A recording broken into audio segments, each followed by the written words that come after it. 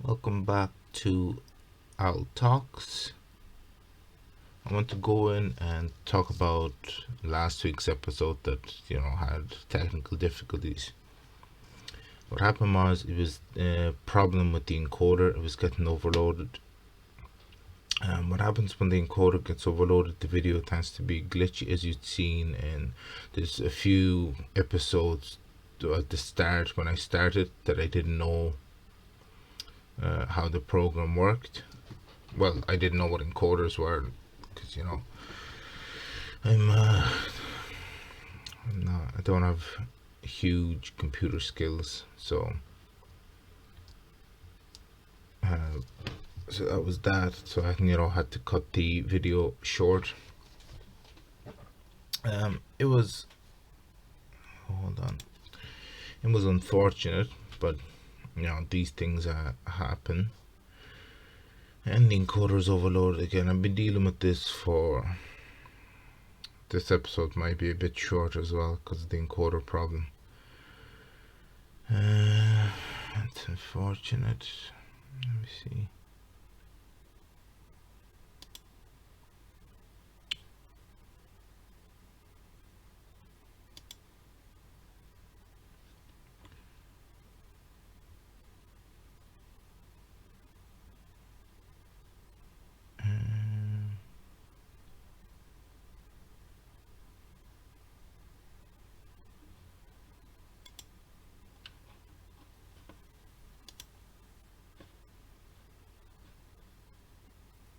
Yeah, I don't know.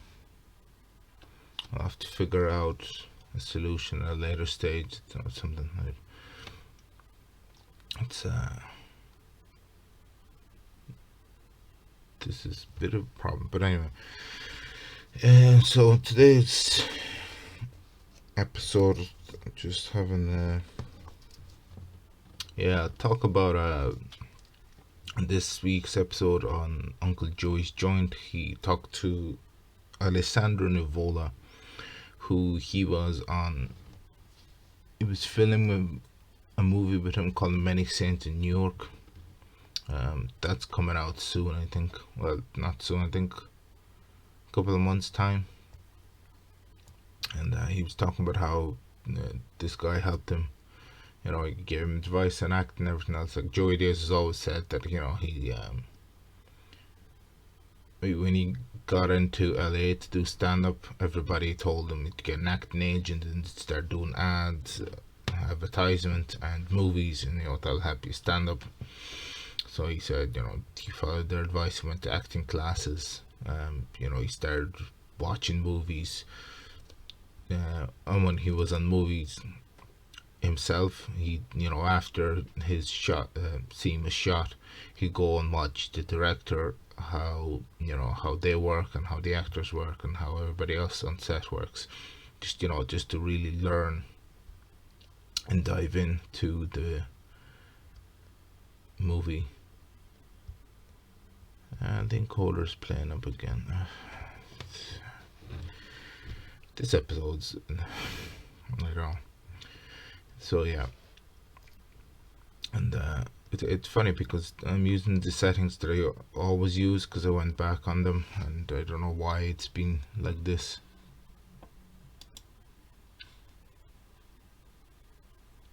But no, he talked about how he was very good. That he was a big help for him.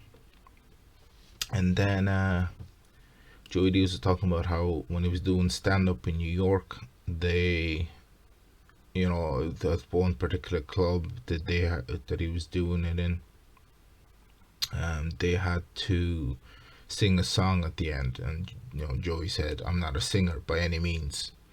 And Alessandro asked him, "So what song did you sing?"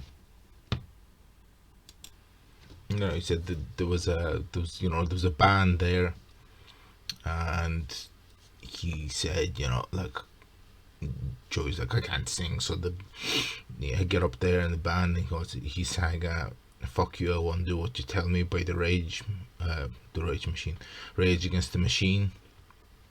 And when I heard that, when I was listening to the podcast, I just started laughing because this is, they expect him to sing, I don't know, obviously not that song, but I was even Alessandro started laughing, and that was a great moment because last couple of episodes have been talking about me liking metal and everything else, and funnily enough, those episodes have actually done really well. Shall I change this into a metal podcast? No, I don't think I'll do that. But I mean, I'll cover anything really interest of mine. It's not always going to be about comedy. This is just general. Well, it is. Its main focus of this podcast is to talk about me doing stand up and all of all the associated. The encoder's still going crazy. This video might be very buggy, fortunately. I'm trying to fix that in the future. Like I said, I've gone back to using the normal settings, and I don't know why it's doing this, because I'm not very good at this computer wizardry stuff. But anyway, and that was a very funny moment, especially after his last guest was on Monday. Was the previous week was Eddie Trunk, and then it was a nice little moment to hear that. And speaking of stand-up, I was listening to one of Ali's Makovsky's podcasts where she talked about she started working with Tony Hinchcliffe on his kind of, I don't know what you would call it, series, kind of, where it's called Kill Tony. Like, he basically went to all these different clubs and kind of set up his own kind of a comedy show, or he bring different comics, and they do short bits, and there was a judging panel, and Ali got the chance to become a full-time worker in that. And she was saying, like, those, I think she started, maybe she got Kill Tony after about a year doing stand-up, and she said all those Kill Tonys that she ever did or recorded. And she mentioned some, she said, in terms of recording your sets, you can. I personally don't do it. I might start doing it later on. Well, that's why the podcast came out of as well, that I to record them, to talk about the sets that I've done. Oh, had to sneeze there. Sorry about that. So yeah, she was saying, the first year that you do stand up, you shouldn't obviously you can record sets, but don't put those online, because obviously your first couple of sets, doesn't matter how many you do in the first year. What she was saying is, you don't want that to be a reflection of you later on, because obviously you'll get better if you stick at it. And she was saying, oh, the encoder's going crazy, and she was saying that that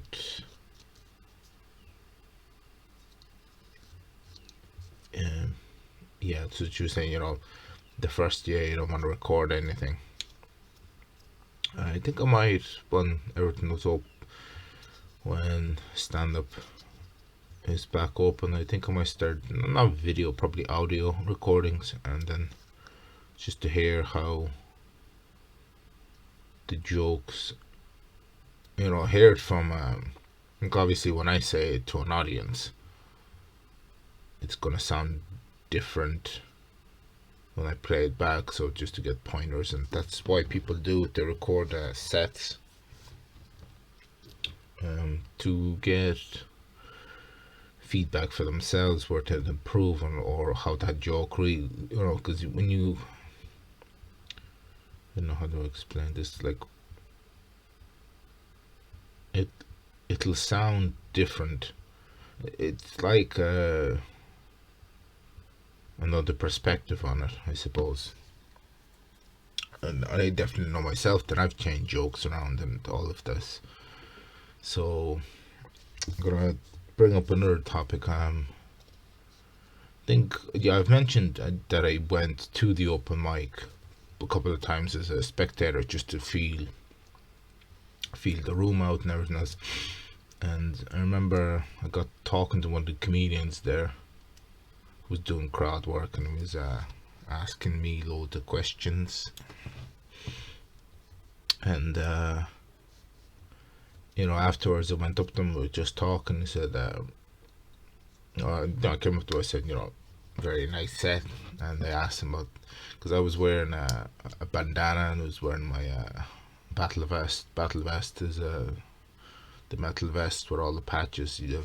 I've wore them in a few episodes. And I was sitting in the crowd, and he's like, "Oh, here's Axl Rose," because I was sitting up at the very front. And afterwards, I went up and I was like, "Oh, good one with Axl Rose." Like, I kind of, your man was like, I kind of panicked on the spot, and I had to come up with something. I was like, "No, it was funny." I laughed, So we got talking. I was like, "Oh, what made you come up here?" I was like, "Oh, I was actually thinking about doing stand up." And then I remember when I did start doing the mics, the open mics, he was on. Yeah, he was there that day, and I went up we were talking again, and he was doing bits about having a kid, and I didn't know if it was for real or as a bit. And I went up and said, "Do you actually have a kid?" He's like, "Oh yeah." I was like, "So was we had a small little chat, about the." I said, actually, remember I told you I was gonna go and do stand up, and I started doing it. He's like, "Oh really? That's great. Keep it up." I don't know how many years he's been there, but he goes there quite regularly. Wish I could remember his name, but I don't. So yeah, that's that. But another time I went there as a spectator. There was a guy who had, I don't think I've mentioned this ever, he had an entire set around like Michael Jackson songs. He'd use the titles and words from the songs, and that was evolved around his entire set was structured around this. He was only like a 7-minute bit, but he went up last and he completely blew everyone out of the water. Like, that was one of the best acts I'd seen at that mic ever. It was brilliant. 100%, and he came on stage, and the minute he grabbed the microphone, just went straight, like, with so much energy, because his act is a really, really high energy act, and that was, really, really fun to see that. But that's all I'm gonna do for this episode, because the encoder is going mad, and I'm gonna have to try and figure that out. So that's that for this week, unfortunately. More encoder problems. I don't know. I'll try and figure something out for next week's. I don't know. We shall have to see about this. It's unfortunate, but I don't know. It's yeah. See you all next week. Thanks for watching. Make sure you check out my Facebook and Instagram. I'll have links down below for both. Instagram is growing steadily. The Facebook page is also growing steadily. And so yeah, that's that.